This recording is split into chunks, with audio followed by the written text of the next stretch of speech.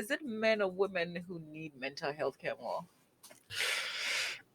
I think that again, from when we let's talk a bit scientifically. When we talk about health needs, or we measure the prevalence and the incidence of an illness in the population.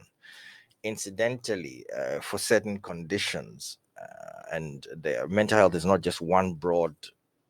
There's depression, there's schizophrenia, there are sexual disorders, there are childhood attention deficit hyperactivity disorders, there are psychotic disorders, there are mood disorders. I mean, so it's a whole range of illnesses. So it's not just one lump of things. And in this breakdown, I mean, for example, again, I think the WHO said that, is it by the year 2020 or 2020, whatever, depression will be the most common cause of morbidity, and that means illness.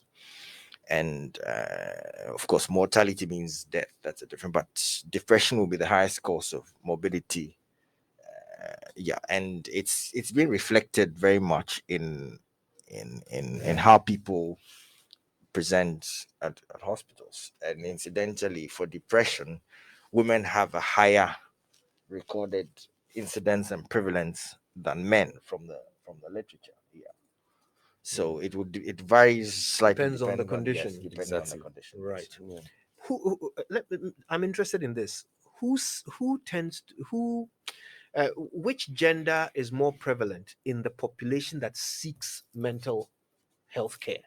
Yeah. So with regards to that, it is usually the woman.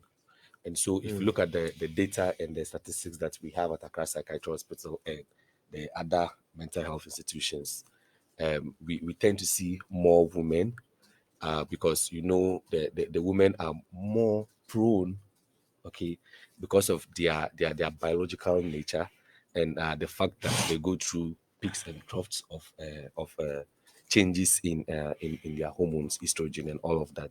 It makes them have a higher predisposition to being depressed.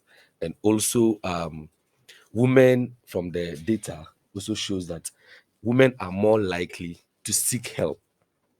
And so once there is a little challenge or a little problem, the women are more likely to come to the hospital to seek help than the men. However, if you men harbor in so much pain, and they do not easily seek help as compared to women. And so with regards to depression in particular, once you keep in the anger, once you keep in the sadness, once you keep in the fatigue, it will definitely explode at the time. And so that is why we tend to receive a higher incidence of suicide cases among men. And then men are also more likely to use aggressive means in committing their suicide.